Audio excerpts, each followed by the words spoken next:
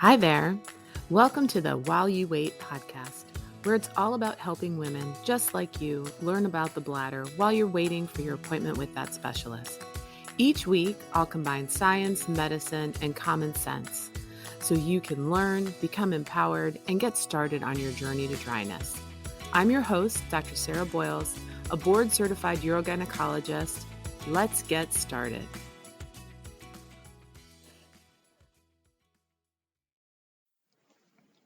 Hi there. This episode is from an Instagram Live that I did with Janice Mitchell from My Pelvic Floor Muscles. It is about the International Continence Society meeting and all of the new information out there on incontinence treatments. I hope you enjoy it. Hi, good morning. How are you guys? Hey, great. How are you? I'm well, thanks. Happy Friday. You too. Welcome back from your trip.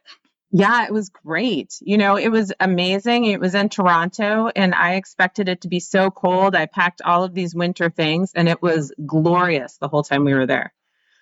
So it was really nice. Well, I'm glad. So could you briefly just tell us what ICS is for those that may not be familiar with it, and why does it matter for the regular person? And then give us some updates, please. So, there are different societies, different meetings that a lot of professionals go to. So ICS is the International Continence Society. They put together a lot of training materials and educational materials. It is a very multidisciplinary society, right? So it's a society where physical therapists and physician's assistants and nurses and nurse practitioners, as well as physicians, kind of all come together and collaborate. And it is very international, right? And so, we all get used to the way that we do things. And it's pretty amazing when you talk to someone who's in a different part of the world and just approaches it a little bit differently, right? So we can all learn from each other. But ICS also puts together a lot of standards and guidelines to help everyone practice evidence-based medicine. Right. So it's just kind of a really interesting society. It's not one that I go to that frequently. I probably go to it once every 7 years or so, but I use a lot of their materials. So yeah, I really went this year for that multidisciplinary aspect and looking at what, physical therapists are doing and what people who aren't physicians are doing, right? Because I'm super up to date on all the surgeries and the medications, but what else is out there? So yeah. Okay, good. So give us some highlights. I know you did a post on this, and I loved the post, and I thought, man, everybody needs to know. Okay, so I'm going to tell you the 10 things that I kind of took away from the International Continence Society meeting this year, 2023. So the first thing is that pelvic floor muscle training, if you do that and you have stress incontinence, you are 8 times more likely to be cured than if you do nothing. And if you have any type of urinary incontinence, you're 5 times more likely to be cured. Right. And so I think that really supports doing muscle training at the beginning, right? When those cure rates are, pretty high, right? Nice. That is so exciting. And I'm so glad you let out with that. My week there was very pelvic floor muscle training and PT kind of focused, right? Which I kind of designed it that way. But so then the second thing is, the University of Michigan does an awful lot of research on pelvic floor disorders. And one of the things they're looking at is what causes prolapse, right? Why do some women get that?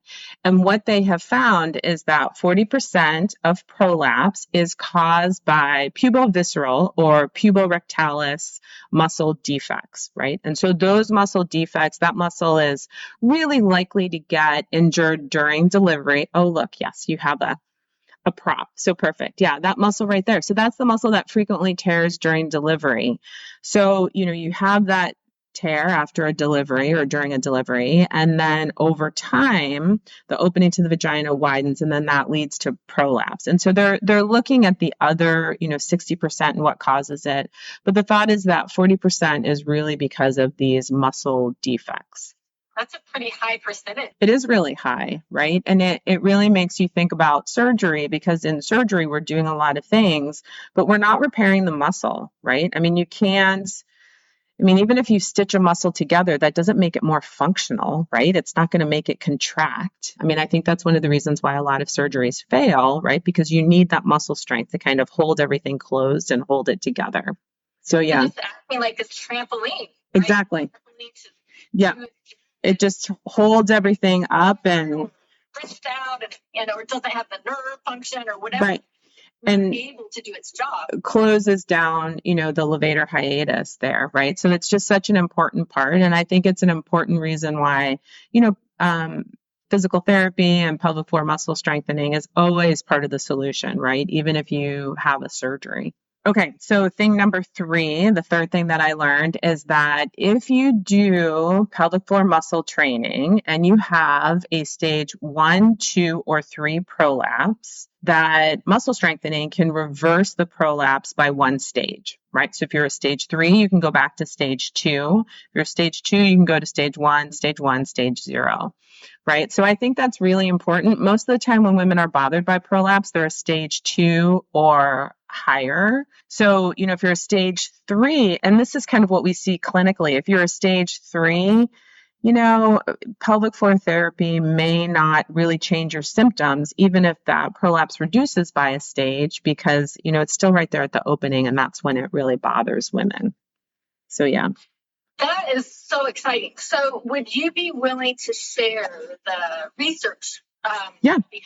Yeah, I can pull the different articles and with me, and then anybody that's watching this, if you want that content, direct message me or direct message Dr. Boyles, and we'll get that to you. Yeah, I can definitely do that, right? And I think that this is such interesting research, right? Because it's definitely what we see clinically, right? And when women have, stage 3 prolapse and they're interested in pelvic floor therapy, usually what I tell them is, this is going to keep it from getting worse, but you're still going to have a prolapse. You're still going to notice some symptoms, right? And that's kind of what it supports. But again, always worth that effort because it definitely helps things. Absolutely. I know I just have to interject this to anybody out there that does have stage 3 prolapse. PT can do a lot of wonderful things. And even if the prolapse itself doesn't reverse, your symptoms can get dramatically better based on some of the different interventions, not just pelvic floor muscle training, but internal support and external suppression management, all the wonderful things that we can do. Don't give up. Right. So I definitely agree with that. It's not a reason to not do pelvic floor physical therapy, but I think it's really important to set expectations and to say, look, this is going to be part of your solution. You should, do this, but this, probably isn't going to be the cure, but it may help you manage your symptoms for years and years and years. So, like vision, like if you had a visual, if you need glasses. Right. The glasses aren't making your eyes better. That didn't reverse whatever was happening in your eyes, but they're helping you to function better. Absolutely. And to use your body in the best way to minimize kind of progression of the prolapse. Okay, so number 4, when women do the knack, right? So the knack is when you kind of squeeze before you sneeze. Oh, you're going to pull up a visual here, right? So you contract your pelvic floor before you do something that will make you leak. And that has been shown to really help stress incontinence. But there have been some studies, and what they have shown is that the knack doesn't work if you have a muscle avulsion, right? So if that muscle has kind of pulled off the bone, right, which happens sometimes during a delivery or after a delivery, you can't contract well enough for that to work. And so that's an important thing to kind of keep in mind. If you have that bigger muscle defect, some of these strategies that we recommend just aren't going to work for you. And, that's not admitting failure. It's just important for you to know that the tools that you have, the way your body works, you don't have all the tools. And that's okay. We have to compensate. We have to figure out a different way to do it. And that's an important thing for you to know. And you're not doing anything wrong if you've tried exercises over and over and over and over again and it's not getting right. And I think, you probably have the same experience where sometimes we see women and they say, I'm trying so hard, I'm working so hard, I'm doing all of these exercises, I'm doing these Kegels, I don't feel like I'm getting stronger, I'm not sure if I'm working the muscle right. They're not, but it's not their fault that part of their system just does not work anymore, right? And you may or may not realize that. So, okay, any questions about that? And I don't know if anybody has, I mean, there's a question that we'll answer at the end here because it's a little bit not relevant to what we're talking about right now. But I would also just add on there that if you try do-it-yourself pelvic floor muscle training and you're not getting the results, of pelvic PT or OT that's trained in that might be able to help get you to where you want to be. So don't completely give up on exercise just Right. because it didn't work on your own. Well, and it's a place where e-stim might help, right? If you can't contract it on your own. So, okay, so thing number 5, and this was really interesting. This was something that I actually hadn't heard about at all. But in Europe, they've developed a vaccine to prevent chronic urinary tract infections. So if you're someone who gets a lot of UTIs, then, this is something that you can try. It's an inactive bacteria. And what they've done is they've isolated the 4 most common bacteria that form UTIs. So E. coli, Klebsiella, Proteus, and Enterococcus. And then the vaccination is actually a spray that you spray in your mouth. And you do that kind of over 3 months. And they found that there's a 70 to 80% decrease in UTIs, right? Which is kind of amazing. So it's been found to be safe and effective. It's not available in the United States yet. I'm not sure, when it would be coming, but, we see a lot of women who really struggle with urinary tract infections, and they've done all of the things, right? They're postmenopausal, they're on vaginal estrogen, they're taking D-mannose, right? They've done all of these things to prevent UTIs, and then, they keep getting them. We're treating them with a lot of antibiotics, maybe even considering a preventative antibiotic. And so, this has the potential to really be a paradigm changer. So yeah, I know. I thought that was super cool. Okay, so thing number 6, there's a lot of research being done looking at overactive bladder and different phenotypes, right? So do women that have overactive bladder, are there different things about them that we should treat in different ways? Are there different categories of overactive bladder? And so some of the things that they've been looking at are, do women who have overactive bladder, or a subset of those women, have central sensitization, which is when your neurons have an increased responsiveness to normal stimuli, right? So you actually physiologically feel things differently. And if you treat that sensitization, does the overactive bladder get better, right? And so the ways you treat that are with exercise and cognitive behavioral therapy, but there are also specific medications that can help that, right? And so looking at those treatments, which is just kind of fascinating. And if there's another subset of women who have kind of a subclinical early autonomic dysfunction, right? So their autonomic nervous system is just super revved up, and that's amplifying those symptoms, right? And so treating those additional factors, will that make the overactive bladder symptoms get better? So all of that is kind of new, and they're looking at that. Clinically, that makes a lot of sense, right? That there's something else going on in your neurologic symptom that has you, super revved up, and that there's a smarter way to treat these patients rather than pushing everybody through kind of the same pathway like we're doing right now. Great. So yeah, so that was super interesting. Okay, so this is the 7th thing that I learned, and I think this one is going to be your favorite. So I went to a workshop, and they were talking about group-based classes, right, for physical therapy.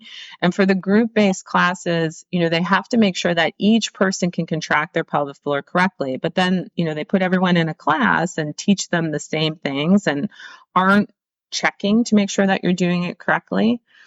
And so they did some group-based classes, and they compared it to individual therapy. And what they found is that it was equally effective. So in both groups, there was about a 75% cure rate or improvement rate, where women were at least 50% improved. 85% of women in the group felt completely satisfied with their treatment, and only 5% of women went on to have additional treatment, right? So really showing that the group-based classes work really well. And they found that a lot of the women really liked it, and it decreased stigma. Because if you're in this group and you're next to this, right, and you're next to this super cool looking woman who's having leaking too, it just normalizes it a lot for people. So I thought that was really interesting. They did that study during COVID, and so they also moved to an online model, and then they found that the online model was equally effective, although it took a while to figure out kind of how to do it through Zoom. And one of the things that they did is they had to have breakout rooms to make sure that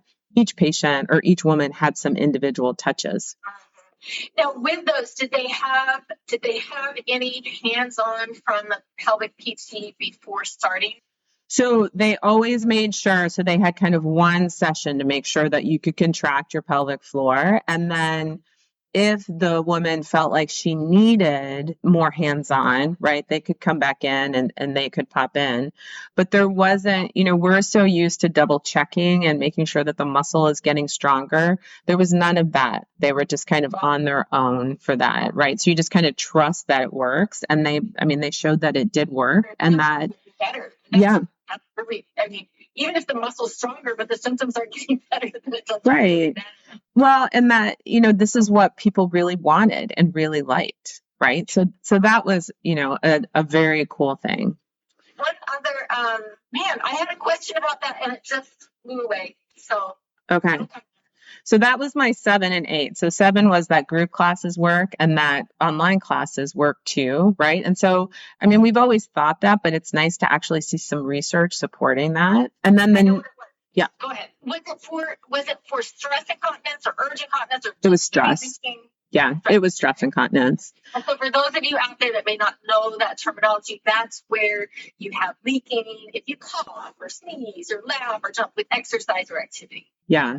And I think, a lot of times with research, we start with stress incontinence because it's a little bit easier, right? It's a little bit more straightforward. So that doesn't mean that it doesn't work for overactive bladder. We just haven't really studied it as much yet. So the next thing that they talked about is they looked at some women who were postmenopausal and had genital urinary syndrome of menopause, right? So dryness, decreased lubrication, maybe discomfort during intercourse, some bladder symptoms, urgency and frequency. And they took those women and they did pelvic floor muscle strengthening, right? And what they found is that when they did that, they increased blood flow to the pelvis, right? Which you would expect with exercising.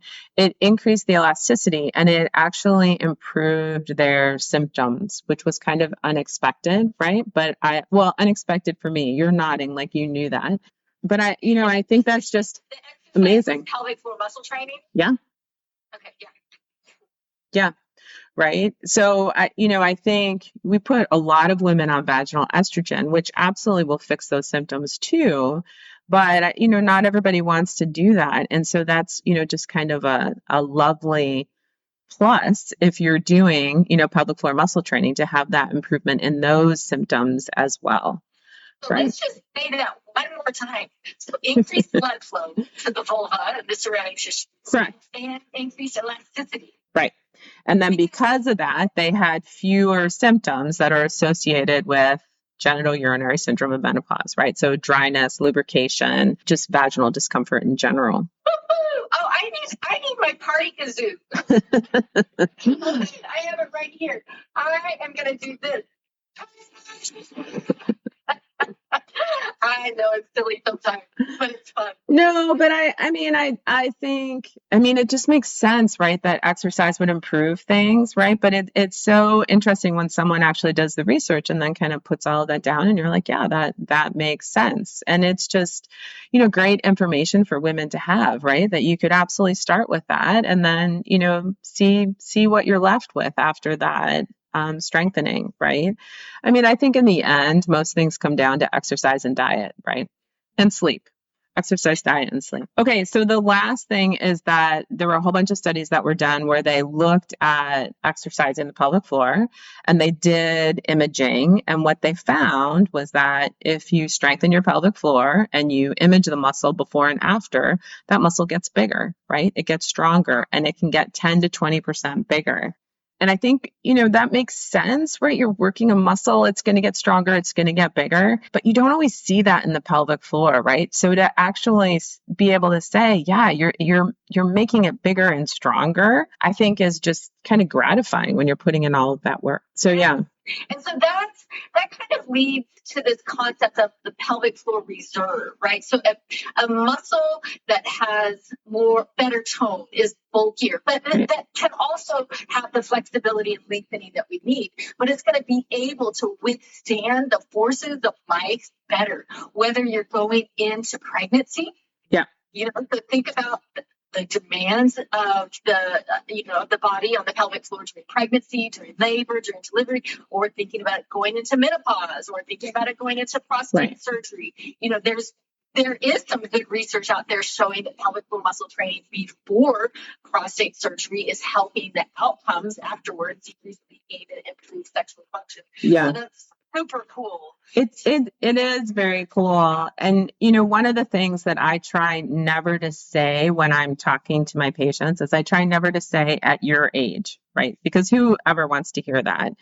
But as we get older, your muscles atrophy, right? They become less strong. They are weaker over time. And so it becomes more important that we deliberately strengthen them so they continue to work the way that we want them to. And that is just, the unfortunate truth of getting a little bit older. So, yeah. This was amazing. We need to do this after every conference we go to. Please. This is just fantastic. Well, and it's good for me to kind of sit down and put it all together into a framework. A lot of times you leave a conference and you think, oh, gosh, that was great. But you don't really sit down and formalize all of the learning points. So it was a great conference. And I also think there are a lot of, it'll definitely impact the way that I kind of talk to people and educate people. But it definitely reinforces what I believe, that improving your pelvic floor strength is almost always part of the solution when you have a pelvic floor issue. That's awesome. I saw one comment here, or the question was, how can we tell what stage of prolapse we're at? And really, you can't self-diagnose your prolapse. So you can see if you have a vaginal bulge or if you have heaviness, but you need to go to a provider, and they're going to look here, and they're going to ask you to push, and they're going to be checking to see, is the back wall of the vagina coming down, is the front wall coming down, is the uterus coming down. So, and they can grade it, and we have different tools to do that. So you can tell if you have those symptoms, but you really can't self-diagnose. I mean, I would say all of that is true. I mean, we have very formal grading systems. When the prolapse is at the opening, so if the tissue comes down and it's at the opening, so either a centimeter out or a centimeter in, that's a stage 2 prolapse. If it comes out further than that, then it's a 3 or 4. If it's still inside the vagina, then, it's either a 2 or 1 most of the time. So yeah, but prolapse tends to bug people when it's right at the opening. So most of the time when people come in, they're a stage 2 is what I would say. The only exception to that is if you have different skin conditions like lichen sclerosis, and that vulvar skin is really delicate and tender, then sometimes people will come in earlier just because their tissue is so much more sensitive. So yeah, it's hard to stage it on your own. Okay. Any other questions of the people who are still live right now, or anyone that, if you're watching the recorded version, you can drop it in the caption. Some info on pudendal neuralgia. We actually have a course coming up, but I would say there's a really, really good account for pudendal neuralgia is pelvic healing. So it's PELVICE. HEALIG, pelvic healing. And I will tag that in the caption here too. Yeah. And I would tell you that, there was definitely some information presented on pudendal neuralgia. Those weren't sessions that I necessarily went to because I was focused more on pelvic floor muscle training.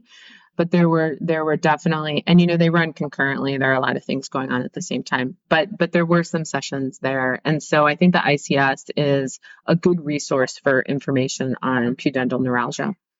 Do you know if they will have recordings of any of the sessions that you can purchase, or if you're a member, you can access them? They have a lot of videos. That are available. I don't know if they're specific to the conference, But, a lot of times the people who are presenting workshops or, are doing talks are people who present that information in many different ways. I mean, that's their particular area of expertise. And so usually you can get it in different formats. And there's such a education heavy society that they want to make it really easy to get that information. Okay. Anything else you'd like to share before we close? No, thanks so much. Happy fall. Talk to you soon. My pleasure. Yeah. Have a good fall. We'll see you next month. Yep. Everybody, we do this once a month. And if you have questions, you have things you want us to cover, let us know, because we want to share information that's helpful. Thanks for listening. If you want more information about me or my online work, check out my website at www.thewomensbladderdoctor.com.